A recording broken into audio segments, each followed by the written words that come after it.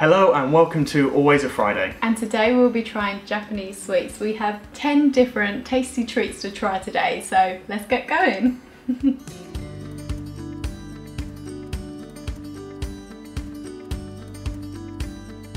Now number one is Dorayaki, which is essentially a red bean or Adzuki bean pancake. Now red bean is really popular over here in Japan and I personally absolutely love it. It's made into a sweet paste which is really popular and filling in all the Japanese sweets. I love red bean, you love pancakes. This one could be well up there. So let's give it a go. Should I break it now? It looks really soft. Fresh.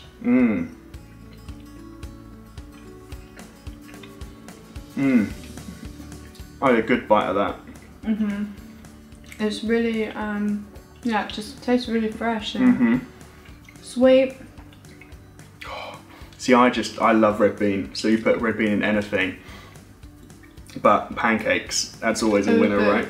You're a big fan of the pancakes. It's nice, isn't it? So good. We were just meant to take a bite and we've eaten the whole thing, so very good. So number 2 is Mitarashi Dango. Now Dango is normally 3 to 5 balls put on a skewer and it's rice flour. Yeah, and this Mitarashi version covers them in a sweet soy sauce glaze. So let's give it a go. I'll try one and you can try the other one. Good? Oh, the soy sauce is interesting.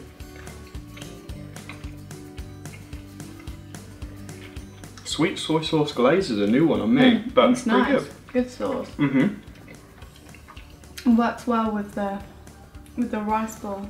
Yeah. I like it. It's not my favourite, but it's good. Pretty good. So number 3 is Daifuku, which is a mochi ball, and mochi is a glutinous rice, and usually these balls are filled with a sweet filling, most commonly red bean, my favourite. And this Mame Daifuku version is one that has the actual Adzuki, the red beans, in the mochi on the outside. So let's give it a go. Want me to take the first bite? Go for it. You can see the red bean inside of that.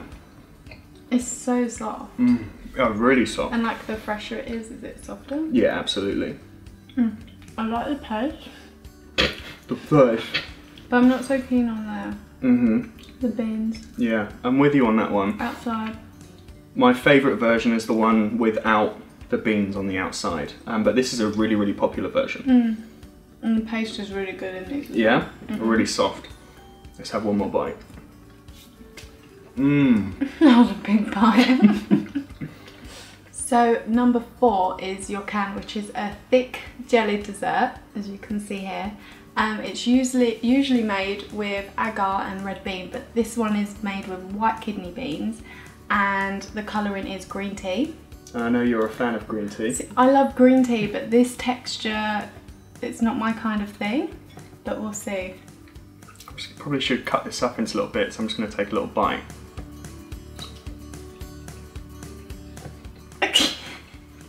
I'm not quite sure what to make of it, but I like it. Oh really? It tastes really bad for you. Yeah, I don't like the texture. See, but you love green tea. But the taste is so good. But I didn't think you'd like the texture of that. It is odd. But it tastes really good. Like I want to eat it. It does grow on you though. But for me, I quite like the texture, but I'm not a massive fan of green tea. But it tastes... The flavour's amazing. Yeah, that's an interesting one. So different as well to what we have back home in the UK. I must like it. I'm going back. I wonder how you just eat it like that maybe, or... You must chop it up or something. Yeah. So if you know how you should eat this, rather than just biting off the block, yeah, let us know in the comments below. It feels quite animalistic. That's good. So number 5 is Sakuramochi, which is a pink, which is a sweet So number 5 is Sakuramochi, which is a sweet pink coloured mochi ball with a red bean filling, and interestingly it's got a pickled sakura leaf, a cherry blossom leaf. And it's so strong. When you open the packet you can really smell it. So let's give it a go. Okay. You go first. I go first? Yeah.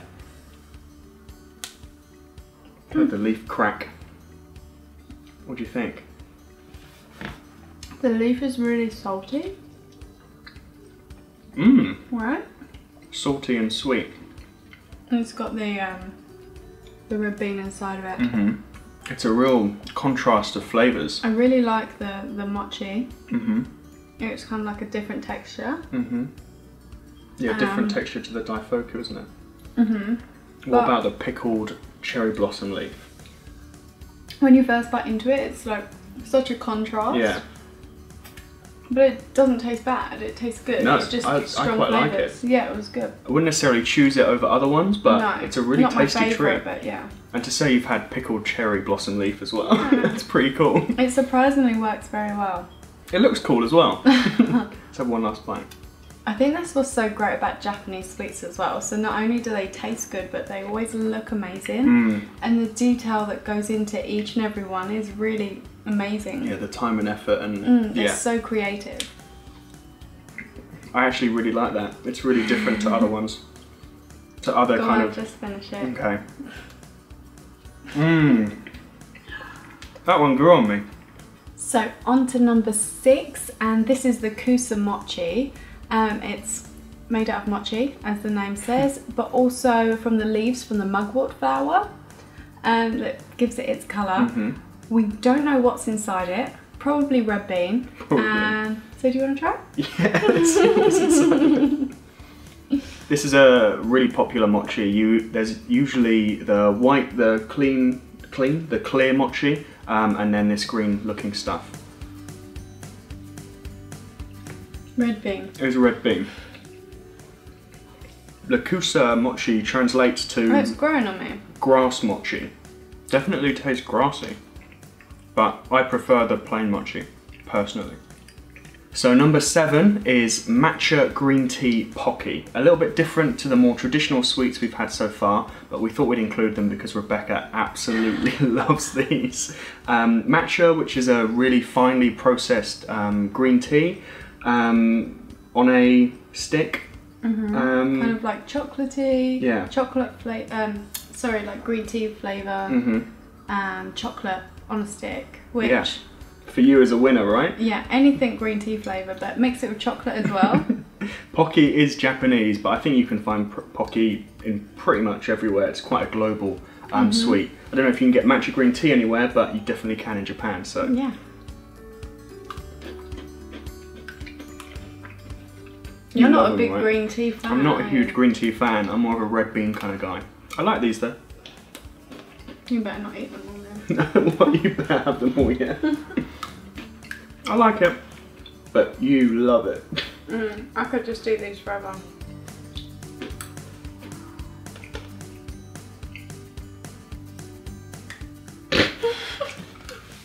So moving on to number 8, and this is Botamochi, which is a sweet rice with red bean paste around the outside of it. So sounds good to me. I think I know someone who's going to like this one.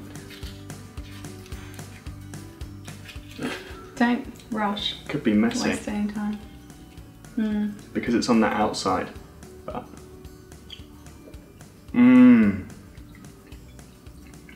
I love that. It's really sweet, this one. It's super sweet. And really fine. It's a really, really well made one. The paste is really good.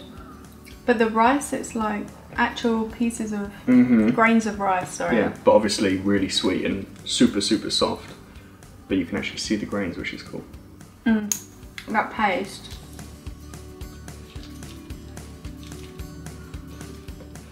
I don't want any more. Fine.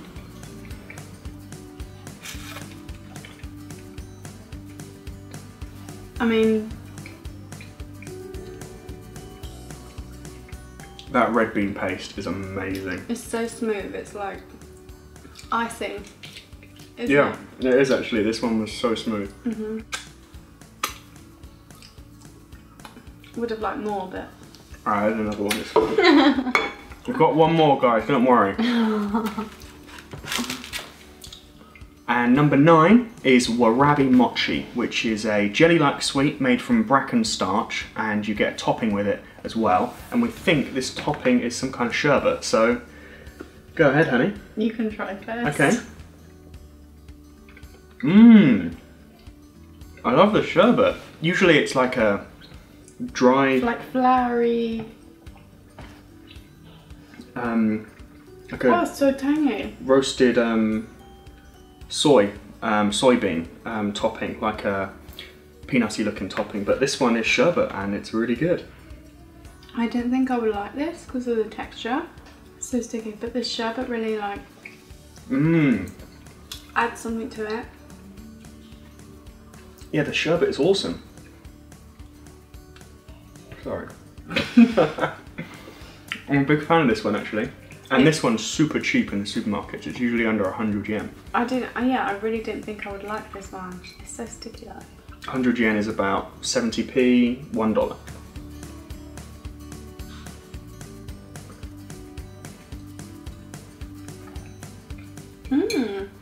Very surprised. So we've finally made it to number 10, and this one is the Monaka. In a really cute little wrapper. Let's unwrap it. And so this one is thin, crisp wafers of mochi. So this is still mochi, but it's filled with red bean. My favourite. And so have a look at that. So it looks really cool as well. Yeah. Come on, honey, take a bite. Let's see what it's all about. Oh, I thought it was going to be harder. I really like the mochi.